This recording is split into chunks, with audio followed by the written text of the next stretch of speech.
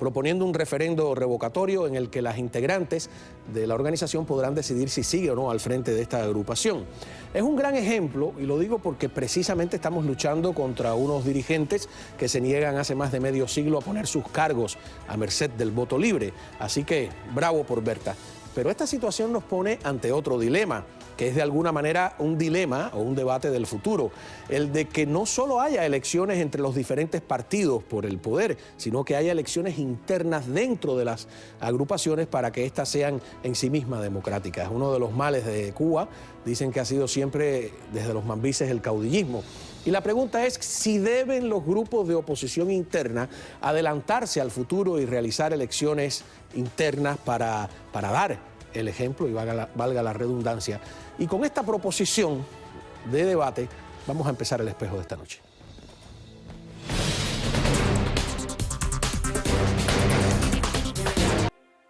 Muy bien, los invitados al espejo: Leonardo Calvo Cárdenas, vicecoordinador nacional del Comité Ciudadanos por la Integración Racial en Cuba. Siempre es un placer tenerte aquí, de verdad. Igual, para mí, muchas gracias por invitarme nuevamente. Y nos asusta mucho cuando regresas y te arrestan y todo.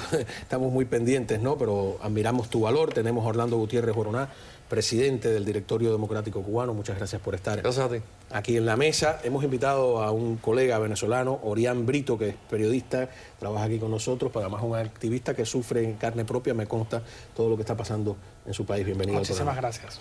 Y tenemos a Martín Elgue, que es presidente del Comité Uruguayo por la Democracia en Cuba, exparlamentario, candidato a la alcaldía de la capital de su país. Muchísimas gracias por estar aquí con nosotros. No, gracias a ti por la invitación. Es un gusto compartir el panel con tan prestigiosos ciudadanos. Qué bien, ¿no? Ojalá podamos tener dentro de Cuba algún día un debate abierto como este. Tenemos algunas imágenes para empezar el debate. Adelante.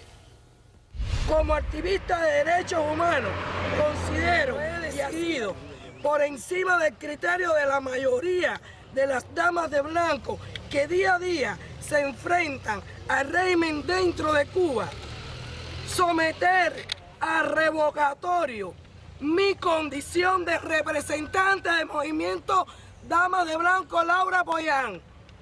Esto significa que las damas de blanco activas en el movimiento dentro de Cuba son las que van a decidir si debo o no continuar al frente de la directiva del movimiento.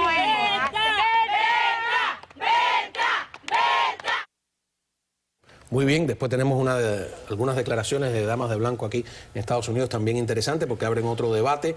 Leonardo, tu opinión sobre esto. Las damas de blanco son una de las expresiones más genuinas y representativas de la oposición en Cuba, con una ejecutoria ejemplar y que muchos han marcado en el derrotero de la lucha por la democracia en Cuba. Hay que imponer la mesura. Las maneras y las formas en política son tan importantes como el contenido. Son fundamentales, y la política es percepción e imagen, y eso hay que protegerlo. Ese es uno de los más grandes retos cuando se enfrenta uno a la función política y a la representatividad, más en una sociedad cerrada como Cuba. En sociedades abiertas muchas de estas cosas caminan por los canales de la apertura y la transparencia, pero en Cuba es muy complejo, pero además existe el gobierno cubano que no es eficiente en casi nada, pero sí en aprovechar esta división. En fusilar moralmente a las personas. Ahora, fíjate qué curioso. No, es verdad que desde el punto de vista perceptivo, lo que hicieron las damas de blanco, pues recibió un rechazo inmediato de todas partes.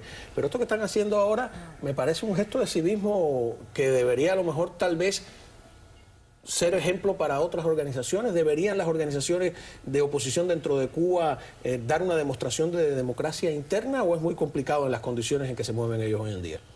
Yo creo que toda organización que lucha por la democracia debe ser democrática internamente. Ahora, cada organización tiene el derecho a agruparse según sus ideas, según sus creencias, según sus perspectivas. Esa es la prioridad. Y dentro de esa unión, en base a las ideas, organizarse internamente para que se expresen los valores por los cuales se luchan. Yo creo que la vida interna de un movimiento es inevitablemente la expresión de cómo ese movimiento gobernará el país o cómo se comportará cuando tenga el poder.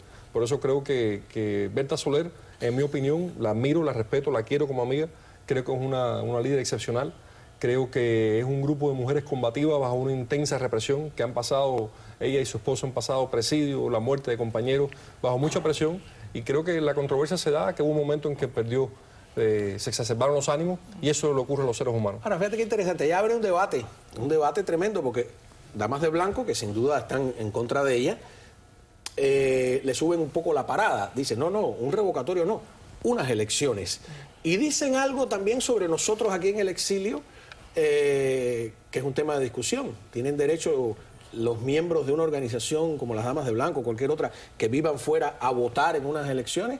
¿Tendremos derecho los que vivimos fuera, como se supone que ocurre en Venezuela, a votar en unas elecciones futuras en esa Cuba que nos imaginamos? Aquí está el debate, pero hoy por hoy, vean. Pedir un revocatorio, que ella para mantener la dignidad del movimiento lo que debe es renunciar y que se hagan unas nuevas elecciones, no elegir si yo me quedo o yo me voy. Fíjate, yo no creo que debe renunciar. Más adelante ella dice ahí que también debemos, ellas quieren votar, las damas de blanco que están fuera quieren votar porque dice que el estar fuera del país, ¿tú crees que estar fuera, por ejemplo, de ustedes los venezolanos? Claro, lo que pasa es que fíjate, en este caso el tema del debate de que las organizaciones opositoras pues permitan nuevos liderazgos, yo creo que es importante, ¿no? Sobre todo en el caso de las damas de blanco, después de lo que ha ocurrido en las últimas semanas, dar esta opción de una discusión, de una opción democrática, de que la gente participe, es muy positivo. Tenemos el caso en Venezuela donde tú dices que las organizaciones o los venezolanos pueden participar, pero muchas organizaciones opositoras tienen liderazgos que no han cambiado en los últimos tiempos. Partidos tradicionales como Acción Democrática, que es uno de los más, el secretario general de Acción Democrática, particularmente uno de los partidos opositores más grandes del país, tiene un secretario general que tiene años allí, no hay elecciones internas tampoco. Pero ustedes hicieron otra variante que fue curiosa, ¿no? Entre todos los factores de oposición, realizaron unas elecciones y eligieron un candidato, que fue Capriles. Que fue Capriles en el caso de las elecciones. Eso también fue interesante, ¿no? Sí, fue interesante y que a pesar de las diferencias de cada uno en sus propuestas, cada uno muy distinta, pues se pudo llegar a ese consenso y la participación de la gente es muy importante. Y esa estrategia ahora se repite en el caso de las elecciones parlamentarias que de este año, que ya se ha dicho este fin de semana, la oposición ha anunciado que el 3 de mayo van a elegir los candidatos de oposición para el Parlamento en primarias, es decir, que la gente es la que decidirá pues quiénes van a hacer esas caras. Tenemos a la hija de Laura Pollán, que creo que está anunciando que de abrirse unas elecciones ella se postularía. Eso está interesante. Adelante. Mira, yo aceptaría ser candidata a estas elecciones si las mujeres me eligieran. De esa manera sí estuviera de acuerdo.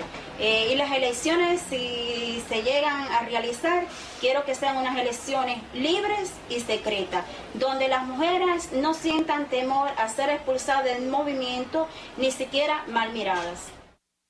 Viendo el debate, ¿no? Cómo se ha... está con todos los problemas que hay, un paso delante del gobierno de Cuba que sigue cerrado a la situación. Orián, primero que todo, muchísimas gracias por la solidaridad. Tú al frente del Comité Uruguayo por la Democracia en Cuba, necesitamos esa solidaridad, la necesitan los venezolanos también, que están pasando un momento crítico. Pero te quiero preguntar tú como exparlamentario, como candidato a las elecciones en Montevideo, ¿cómo es en Uruguay? ¿Cómo los partidos políticos, hay algunos que tienen elecciones internas o se señala de a dedo? ¿Cómo es eso?